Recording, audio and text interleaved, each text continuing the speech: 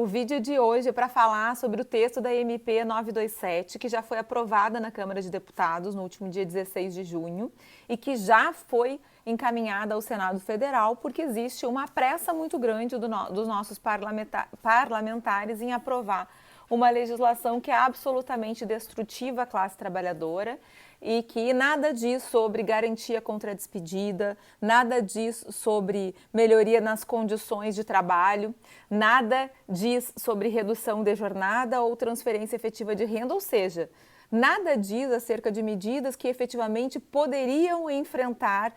a crise que nós estamos vivendo e permitir que as pessoas passassem por esse período mais agudo da pandemia com menos intranquilidade, com menos sofrimento, com menos privações. Mas não é com isso que o nosso parlamento está preocupado e é muito importante que vocês saibam o conteúdo dessa medida provisória, inclusive porque certamente ela vai suscitar muitos debates caso seja aprovada também pelo Senado. Ainda há esperança de que o Senado da República rejeite, se não a integralidade, pelo menos as piores previsões dessa MP 927. Uma esperança que se torna mais, assim, menos concreta e mais difícil de se manter quando a gente percebe que no mesmo dia 16 o Senado da República votou o texto da MP 936 e, embora tenha conseguido retirar do texto enxertos que nele haviam sido introduzidos, trazendo de volta algumas disposições da MP 905, a verdade é que o Senado aprovou uma medida provisória que autoriza a redução de salário por acordo individual, que autoriza a redução de salário durante uma pandemia, que autoriza a redução de salário quando as pessoas estão em casa, aquelas que conseguem ficar em casa, e, portanto, estão gastando muito mais do que antes. Portanto, a gente percebe que o interesse em promover o desmanche dos direitos trabalhistas, beneficiando um setor muito específico da nossa economia, porque quem emprega e produz no país depende de consumidores para continuar existindo e, portanto, também esses serão atingidos, ainda que de forma imediata, por esse desmanche que está sendo promovido pelo parlamento. A gente percebe que há mais ou menos uma música tocando e uma dança que está sendo acompanhada tanto por deputadas e deputados quanto por senadoras e senadores, infelizmente. Mas como sem mobilização social e, em primeiro lugar, sem conhecimento do que está acontecendo, a gente não tem como atuar, o primeiro caminho é saber exatamente do que se trata a MP 927. E ela já começa dizendo que, para os efeitos das relações trabalhistas, é para considerar a pandemia Covid-19 uma hipótese de força maior. Isso para tentar atrair as regras lá do 502, 503 da CLT. Uma tentativa muito curiosa, porque apareceu inclusive na fala do presidente lá pelas tantas, isso é caso de força maior, e na verdade não é, porque a hipótese que está lá no 502 e no 503 da CLT fala em casos de encerramento das atividades da empresa e não de suspensão das atividades, e por um motivo que não seja de algum modo controlável por parte do governo, que não é o caso. Na verdade, o que nós temos, o que está acontecendo no Brasil é uma opção política deliberada por não conter a pandemia da forma adequada, e, por exemplo, sem dar equipamentos de proteção para quem trabalha na área da saúde, aumentando a jornada de quem trabalha na área da saúde, evitando um isolamento mais racional por parte da maioria da população, ao contrário, estimulando aglomerações. Então, não se trata de força maior, se trata de opção política deliberada e que está expondo as pessoas ao adoecimento e à morte. Mas o texto de conversão faz já no primeiro artigo, no parágrafo único, essa tentativa de dizer que a Covid-19 constitui hipótese de força maior, o que vai ter que ser discutido na jurisprudência. Uma lei não pode definir de forma arbitrária, pela simples vontade do legislador, o que é ou não é força maior, que é um conceito que também tem conteúdo já pré-estabelecido. Bom, o artigo 2º da MP 927 é gravíssimo, gravíssimo, porque ele diz que o acordo individual entre o empregado e o empregador vale mais do que normas coletivas ou do que toda a legislação brasileira, devendo apenas ser observado o que diz a Constituição. É claro que se a gente levasse a sério a Constituição, nós teríamos que concluir, e essa é a minha conclusão quando interpreto de forma constitucional ou tentando dar uma interpretação conforme a Constituição, que se a Constituição for levada a sério, o acordo individual, toda vez que retirar direitos, não vai ser aceito como algo lícito. Isso porque o artigo 7º da Constituição não só traz o rol de direitos mínimos dos trabalhadores e trabalhadoras, mas também tem um caput, que a gente não pode esquecer que existe, que diz lá: são esses os direitos, vírgula, além de outros que visem a melhoria da condição social de quem trabalha. E, portanto, todos os acordos individuais que não implicarem melhoria da condição social e sim retrocesso em termos de garantias sociais estão afrontando o caput do artigo 7º. E aí a própria letra do dispositivo nos autoriza a eliminá-lo, como essa tentativa, que a gente sabe que é realmente a intenção de quem está legislando, de fazer com que seja possível qualquer acordo individual que retire direitos e que reduza ainda mais o patamar mínimo civilizatório no nosso país. Bom, mas a MP não fica só por aí, ela segue. E o artigo 4º estimula a conversão dos contratos de trabalho presenciais em teletrabalho. E não teria problema por si só, aliás, esse dispositivo seria absolutamente desnecessário, porque já há regra falando em teletrabalho na CLT, e não há uma vedação de que, havendo necessidade, o empregado passe a trabalhar, e não seria sequer razoável interpretar que haja uma vedação nesse sentido num período de pandemia e, portanto, de necessidade de isolamento físico dentro das casas de quem tem casa para poder se isolar. Então, para isso, esse dispositivo seria inútil. Mas ele não é inútil porque, na verdade, o que ele pretende é o que ele diz lá nos seus parágrafos, num deles muito grave, de que os equipamentos necessários para realizar o teletrabalho, quem vai dar conta desses equipamentos pode ser algo ajustado entre empregado e empregador, e caso o empregador, caso o empregado tenha que arcar com esse ônus, depois o empregador pode ressarci-lo de forma indenizatória. Esse artigo também não resiste a um exame que o confronte com os termos do artigo 2º da CLT, que diz que é ônus do empregador, que é o empregador que assume os riscos do negócio. Percebam, portanto, que essa MP não tem o objetivo de manter empregos ou, de algum modo,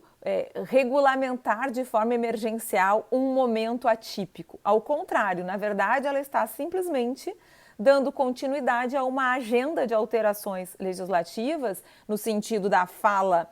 oficial do governo atual, que é absolutamente refratário à existência mesma de um Estado social, de suprimir e reduzir direitos. É disso que se trata. Depois tem os artigos seguintes que falam da possibilidade de adiantamento de férias e de feriados. E aqui também,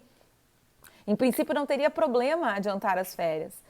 Mas é claro que se adiantar férias num período de pandemia, não é de férias que nós estamos falando, porque férias não é simplesmente não trabalhar e ter 1/3 a mais do salário. Férias é não trabalhar, ter 1/3 a mais do salário pago antecipadamente e fruir efetivamente esse descanso. As férias têm um caráter de norma de preservação da saúde de quem trabalha, de rigidez física e mental de quem trabalha. E, portanto, não é num período de isolamento, trancado em casa, com medo de uma doença fatal, que alguém vai poder fruir realmente esse descanso. Portanto, essa regra também confronta o que diz a Constituição quando garante esse direito fundamental, que eu repito, não é só direito fundamental a não trabalhar. Mas a MP é pior ainda, porque ela, além de autorizar a antecipação de férias durante pandemia, ou seja, sem que haja efetivo descanso, desconexão por quem trabalha, ela ainda diz que é possível postergar o pagamento das férias, e aí se torna ainda mais inconstitucional,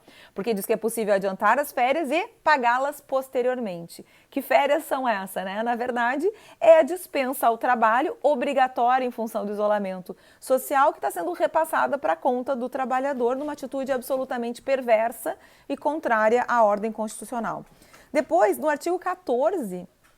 outra aberração jurídica. O artigo 14 vai dizer que é possível banco de horas durante o período da pandemia e que é possível um banco de horas negativo, vejam só, eliminando completamente a própria razão de ser do Instituto da Compensação, que também não é um instituto que está à disposição do intérprete para ele rechear com o conteúdo que quiser. O regime de compensação, que estava lá no texto originário do artigo 59 e que já foi inconstitucionalmente alterado pela chamada Lei de Banco de Horas, continuou mesmo assim sendo um regime de compensação de jornada por folga. Eu não compenso folga por jornada, não tem nem sentido uma coisa dessa. Eu compenso jornada extraordinária, e não hora normal de trabalho, por folga. Portanto, não há essa possibilidade de banco de horas negativo que a 927 quer introduzir.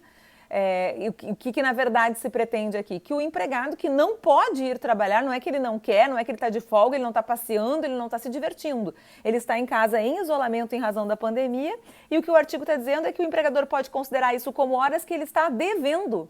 Ou seja, quando passar a pandemia, haverá para quem aplicar a MP 927, se ela for convertida em lei, se o Senado não trouxer de volta a racionalidade para o mundo do trabalho e extirpar o texto integral dessa medida provisória, o que vai acontecer é que nós vamos passar pela pandemia e os trabalhadores vão estar devendo um montão de horas para os seus empregadores. Vão poder trabalhar, portanto, de graça. Porque se trata de compensação, vão poder trabalhar de graça por todas essas horas a mais para compensar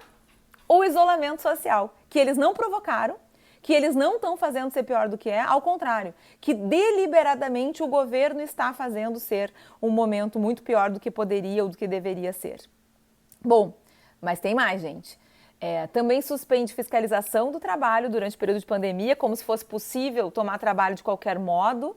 Não há nenhuma razão, ao contrário, né? Se nós estamos diante de uma crise sanitária, mais importante ainda que haja uma fiscalização para que não haja abuso por parte de quem toma trabalho em relação aos direitos fundamentais de quem trabalha. Posterga também os prazos para o recolhimento do Fundo de Garantia por Tempo de Serviço. Autoriza, olhem só, que os profissionais da saúde ajustem acordos individuais para trabalhar mais do que 12 horas por dia, porque vocês lembram, né? A reforma trabalhista já autorizou em 2017 acordo individual para a jornada de 12 horas, no sentido de que o empregado é contratado, ou a empregada na área da saúde, a maioria são mulheres, para trabalhar por um salário que em tese remunera 8 horas de trabalho por dia, mas faz um acordo individual para entregar 12, portanto, concretamente está entregando 4 horas do seu tempo de vida e da sua força física e vital por dia de graça para o seu empregador. Isso, que já é um completo escândalo, fica muito pior na MP 927, porque ela vai dizer que durante a pandemia, quando esses profissionais estão sujeitos a uma carga viral constante e diária, quando esses profissionais precisam mais do que nunca de repouso,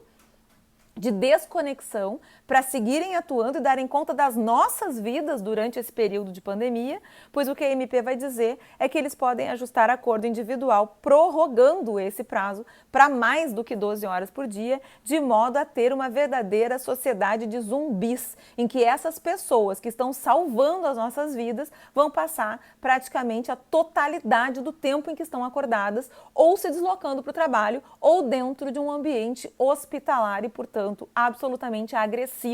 ao seu corpo. E é por isso, né, é porque essa MP já está sendo utilizada em alguns estabelecimentos de saúde que o Brasil é um campeão de afastamentos de pessoas adoecidas, de profissionais da saúde adoecidos por haverem sido contagiados com Covid-19 e de mortalidade entre os profissionais da saúde, o que é absolutamente incompreensível de qualquer perspectiva, porque promover o adoecimento dessas pessoas significa promover mais recurso ao INSS e, portanto, mais despesas para o Estado. E significa ter menos profissionais à disposição para cuidar daqueles que adoecerão durante esse período. Então, não faz sentido da perspectiva humana, não faz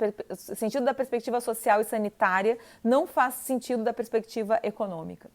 Bom, mas ainda a MP vai ter uma surpresa inserida no seu texto, uma triste surpresa no artigo 28, parágrafo único. A medida provisória 927 vai dizer simplesmente que durante o período de pandemia, que se estima que seja até 31 de dezembro, quer dizer, o benefício emergencial é de 2, 3 meses, mas para isso a pandemia vai durar até 31 de dezembro. E que nesse período, até 31 de dezembro, ficam suspensas a exigibilidade de pagamento dos acordos trabalhistas e dos protestos de títulos. Ou seja, vejam só o absurdo. Quem deve na Justiça do Trabalho, ou seja, quem tem que pagar aquilo que subtraiu ilicitamente da trabalhadora ou do trabalhador, porque não se trata, num acordo trabalhista, de o empregador tirando dinheiro do seu bolso para pagar aos empregados. Trata-se de um empregador devolvendo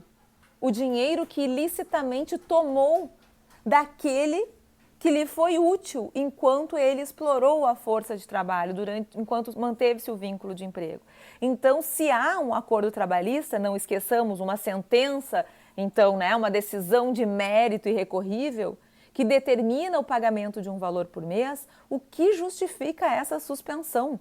Ou nós poderíamos pensar, contrário senso, que para também dar conta da pandemia, já que os empregadores que tiverem problemas nas suas atividades estão autorizados a suspender o pagamento dos acordos trabalhistas, que aqueles empregadores que estão lucrando, porque produzem álcool gel, porque produzem máscaras ou porque atuam na área da saúde, vão ter que pagar o dobro?